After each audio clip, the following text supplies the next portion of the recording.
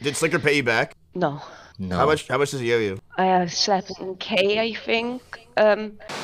From defrauding cancer patients to crypto pump and dumps, there's no ends to what some Twitch streamers are willing to do to make a quick payday. So today we'll be talking about some of the biggest degenerates to come from the platform. Abraham Mohammed, better known by his online moniker It's Slicker, is an Arabic Twitch streamer from the United Kingdom. Originally gaining popularity through appearing on live streams hosted by The Austin Show on Twitch, Slicker managed to accrue his own dedicated fanbase during the year of 2019, amassing just under 200,000 followers on the platform. Commonly streaming games such as CSGO, as well as just chatting, he'd continue to keep building an online presence, eventually reaching 430,000 followers by 2022. But while things look great on the outside, Abraham would eventually find himself in hot water with both fans and peers alike. It all started to go downhill on September 17th, 2022, when a video was leaked by Twitch user Michael P. of Slicker requesting money from fans after allegedly being locked out of his bank account for the last 3 to 4 days. In fear of his credit score dropping, Slicker resorted to asking for donations, promising he'd pay back anyone he borrowed money from within the next 2 months. It got locked out and I was looking for people that actually work and that I could ask if I could borrow from, and I'll pay back. Genuinely, give me 2 months and I can pay back. The video would then be reposted to the livestream fail subreddit by the user Days End at Dusk, where it would immediately gain even more attention. Under the post, another Redditor would share additional Discord logs between Slicker and fans requesting funds for various reasons, including paying bills and buying a plane ticket for his mother. All would follow the same manuscript. The streamer would typically ask for their age, check if they had a form of income, and then proceed to ask them for any donations they could contribute. It appeared Slicker would also send similar videos to the one linked in the original post, all following close to the same dialogue. In special instances, if people denied Slicker money, he'd pull out a real document from Bluestone Credit Management as evidence to supposedly prove that he was facing troubles paying his taxes. So he said, I got you on my mama. He refused again. So Slicker sent him a document from Bluestone Credit Management in order to show how much he was in trouble or whatever. Reddit user OpposedDog would also go on to recount their own experience with Slicker, saying, quote, he uses sympathy tactics to manipulate his viewers, saying he has tax problems / his parents need help, and that he would promise to pay back your money with a bit more in a short time. He still hasn't paid people back. At this point, I doubt he cares, as he's stolen a lot of money, roughly 100 to 200k. Following the release of the Reddit post, multiple big Twitch creators stepped forward to share their account of being scammed by him, including the likes of Ludwig, Trainwrecks, and Just a Minx. He just said he was in a super urgent need. He sent me a bunch of screenshots of like a bank account. I thought it was only me he was asking money from. I know. With all this information finally coming to light, it begged the question, where was the money that Abraham collected from these victims going? Well, people wouldn't have to wait too long to get their answer. On September 18th, 2022, Slicker would go live on Twitch to address the allegations made against him. But instead of denying the claims, he instead admitted to scamming money from streamers and fans to fund his crippling gambling addiction, which began with CSGO skins, and eventually evolved into actual money, getting to the point where he gambled away all of his Twitch earnings. Slicker's original intention was to use the money he collected to wager more and pay off further debts, but of course that never happened as he went deeper into the hole he dug himself into. But since the jig was up, there was no way out. He had no choice but to publicly apologize to those who were affected by his actions, promising to finally right his wrongs, even if it took him, quote, until he was 90. That same day, following Slicker's own livestream, he would also appear on air with fellow Twitch users Hassan Piker and Miskif, where they'd confront and interrogate him. This is where it was brought to light that one of the more notable victims revealed by the original logs who allegedly sent Slicker over $7,000 was someone who was going through chemo treatment. Even with the stunning display of generosity, Abraham still proceeded to press this individual for more and more money, despite knowing their cancer diagnosis. Did Slicker pay you back? No. No. How much does he owe you? I have 7K, I think. CoffeeZilla would drop a video on September 19th, 2022, documenting all the potential victims of Slicker, alleging that over 55 people had been scammed out of an estimated $384,000. But thankfully, this story does have a happy ending, as all the victims of the gambling-addicted streamer would be paid back what they were rightfully owed thanks to Ludwig and XQC. Slicker's actions would also have a ripple effect across Twitch as a whole, as not too long after these events unfolded, the platform officially banned the streaming of unlicensed gambling sites, specifically those that dealt in cryptocurrency. But this is unfortunately only one of many nefarious schemes Twitch streamers have come up with over the years.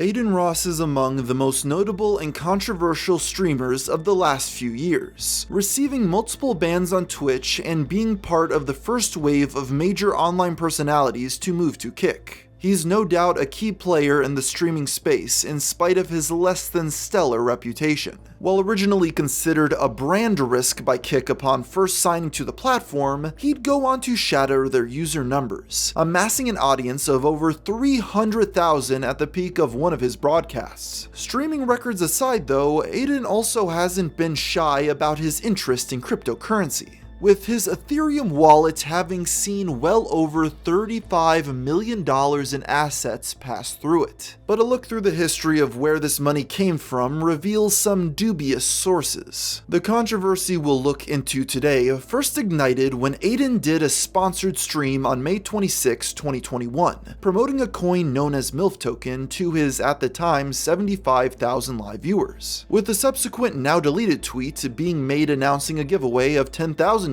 worth of the coins to one lucky viewer. However, following the campaign, the cryptocurrency's value would plummet by a staggering 94% in just a few short days. To make matters worse, Ross would go on to make light of the situation live on air. Chat, by the way, that MILF token I did a while back, I already told you guys don't buy that shit. I got paid a bag to do that shit.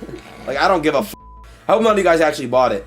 Following the allegations of being involved in a potential pump and dump scheme, Adin would later be interviewed on the H3 podcast, where he'd shed some light on the situation. While he did admit to being paid roughly $200,000 to promote the coin, he defended himself by referring to the promotion as a really bad promo. So bad in fact that the token's price significantly dropped, claiming that if it was intended as a pump and dump, it didn't work. Later on though, the YouTube crypto scam sleuth CoffeeZilla would soon reveal a crucial insight that would cripple Adin's defense. He argued that the impact of the MILF token promotion was more about the trading volume rather than the coin's price, benefiting those who wanted to exit their positions. On the day Adin did the sponsorship, the token saw $19 million more in trading volume. In other words, the plan worked perfectly in allowing certain individuals to profit. This incident happened in the wake of a growing trend of influencers engaging in cryptocurrency schemes on platforms like Twitch and YouTube, with other examples including Save the Kids token, backed by the likes of RiceGum and former FaZe Clan members, and Logan Paul's infamous Crypto Zoo. But cryptocurrency is not the last of many methods that certain streamers have used to wring money out of their unsuspecting audiences.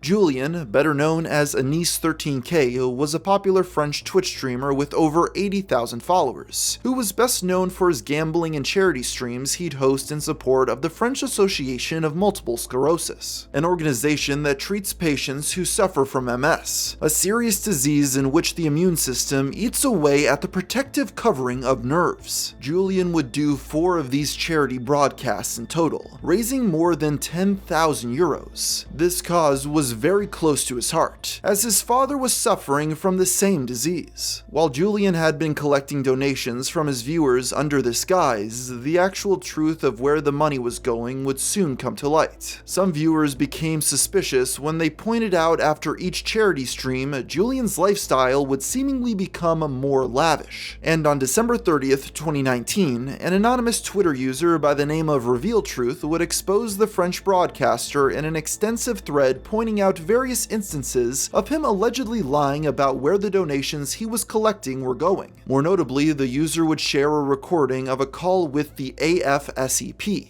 in which they revealed that they never received anything from Anis13k. In the same thread, they would share a tweet made by Julian claiming that as of 2019, at least 5,000 euros was raised and donated to the charity, sharing screenshots of the organization's donation page as proof. But Reveal Truth would point out the fact that the actual amount donated was never actually shown. To many onlookers, this was definitive proof that none of the supposed money ever reached its intended destination. Faced with an overwhelming amount of evidence against him, Julian would take to Twitch on January 2nd, 2020, where he admitted his guilt and explained the reasons behind his actions. During the 26-minute broadcast, he confessed that he had not made the right decision, and that while at first he didn't have any ulterior motives, envy of other successful streamers had driven him to misuse the donations. In other words, Julian expressed his regret by saying, "The first year when I organized a charity marathon, I did it without any ulterior motives. I really wanted to donate the money to the association, but besides that I had trouble with money, tax problems, credit problems. When this amount of money came in, it crossed my mind and I didn't make the right choice. The following year, I did the same. I saw the other streamers' progress on Twitch. They had crazy gear and everything, and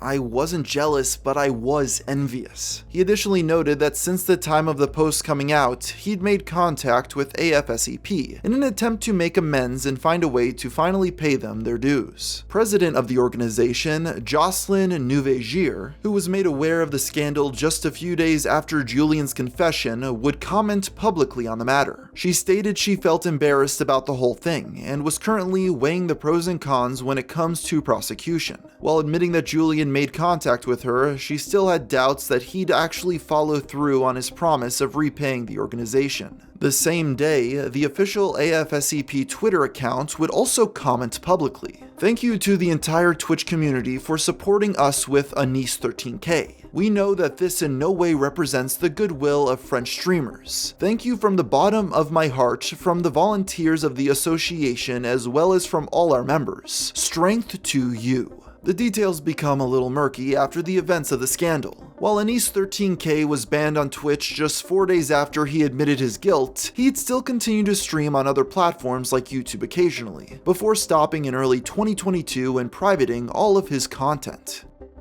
Darren Watkins Jr., better known online by his persona IShowSpeed, needs almost no introduction, boasting over 20 million subscribers and being the largest streamer across all of YouTube. He's made quite a name for himself on the internet, to the point where most people in the online space are aware of his existence even if they don't watch his content. Infamous for his melodramatic rages and freakouts, he has also been no stranger to controversy throughout his relatively short time in the spotlight. On November 16th, 2022, Speed would do a sponsored stream dedicated to promoting the crypto and NFT project known as Paradox Metaverse, a blockchain-based video game. Some viewers immediately became suspicious when they saw the campaign was backed by individuals such as Emio Talio and Faisal Tariq, crypto enthusiasts previously accused and criticized for allegedly shady business practices. To make the story even stranger, this broadcast was originally promoted by Speed as the live stream where he'd finally meet his idol, world-renowned soccer player Cristiano Ronaldo. But when viewers tuned in, Speed's guest turned out to be a Ronaldo lookalike wearing a shirt promoting Paradox. Viewers quickly became furious with Speed after being misled, and began to spam that he was a scammer and a sellout in the live chat. In an attempt to remedy the situation, the young streamer would temporarily mute his mic while he tried to figure out his next steps. Unbeknownst to him though, the microphone had not actually been shut off. While Speed would later try to delete the stream VOD and any associated clips, the damage had already been done. Re-uploads would spread like wildfire across YouTube and subreddits such as livestream fails for everyone to see. Following the events, viewers would continue to press Speed in his live chat, calling him a scammer, leading him to become very frustrated with the situation. He would later address the claims by apologizing and indirectly admitting regret for taking the Paradox deal, saying he made a mistake. Some viewers chose to forgive Darren for his actions in this situation, seeing as he was only 17 years old at the time, but many others claimed that his age was irrelevant. At his size, he had a responsibility to use his platform ethically.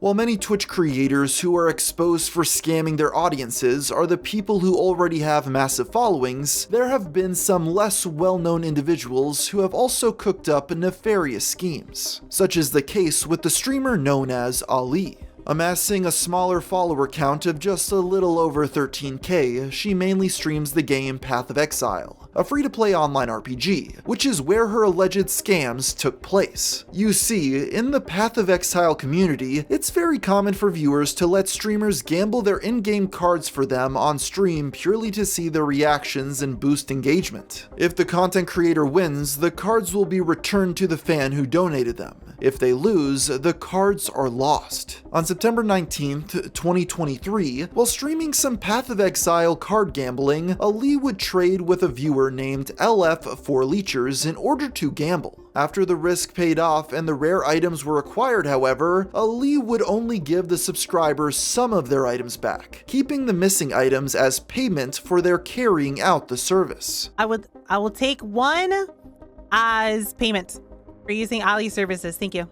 Here, the payment is one apothecary for free mage blood. Afterward, she would list the subscribers' valuables on the Forbidden Trove, a marketplace where Path of Exile players can buy, sell, and trade in-game goods. The clip of Ali taking the card was uploaded to the Path of Exile subreddit, where it received almost 4,000 upvotes, with the community collectively turning against her for her actions. Ali would leave a reply on the post by claiming that she had only ever taken cards from two people, the original victim, LF4Leechers, and her friend Alex. She went on to state that, in both instances, they were okay with it, claiming that the former, LF4Leechers, had backtracked. Having just woken up from her nap when the drama spread across the community, she immediately reached out to the victims apologizing and explaining her side of it all, offering to give the card back if they so wanted. But the victim refused, stating that the hate she was now receiving was the justice for her actions. Ali would end her post by saying she was sorry for the way things played out,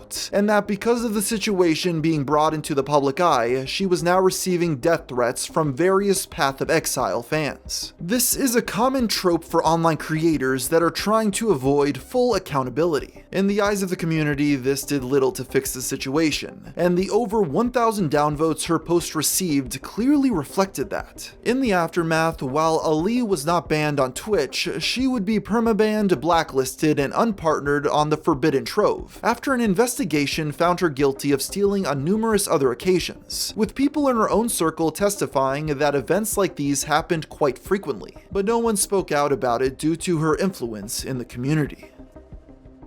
Georgie Karam, better known as PokeLols, is a Canadian Twitch streamer and content creator. Beginning his career in 2013, he gained popularity through playing games such as League of Legends and Overwatch. Having over 1.1 million followers and joining the well-known esports organization Team Solo Mid in 2020, he's no doubt made a name for himself in both the gaming and live stream space. Prior to this though, Georgie was formerly a part of the well-known creator group Offline TV back in 2017, where a series of events would occur that would cause him to develop a great disdain towards the organization. On June 19th, 2023, during a live stream, Poke would share the story of why he parted ways with Offline TV. Describing it as a movie story, he recounted how his American visa expired while he was a part of the group and living in their house. With only a few months left to legally stay in the country, Poke would travel back to his hometown in Canada with the intention of returning to Los Angeles in a month for BlizzCon,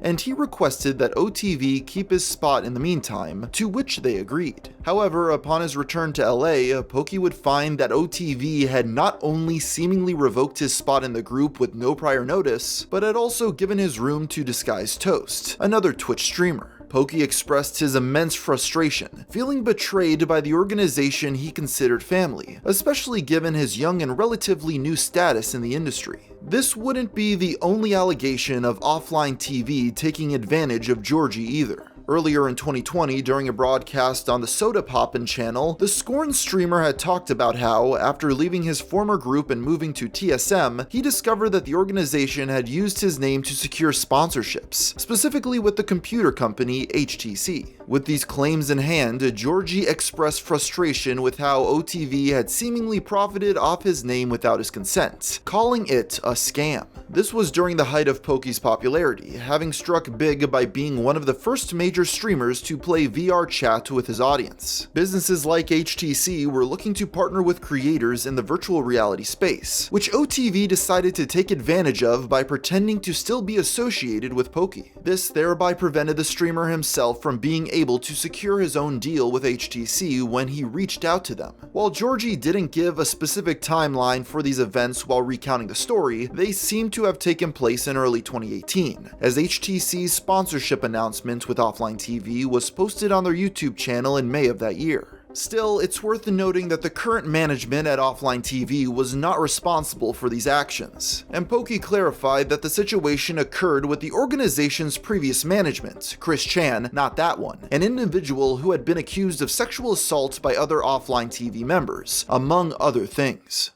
So there you have some of the most questionable news stories to come out of the Twitch platform over the past few years. And with this, I think I'll end the video here. So until next time, thanks for watching.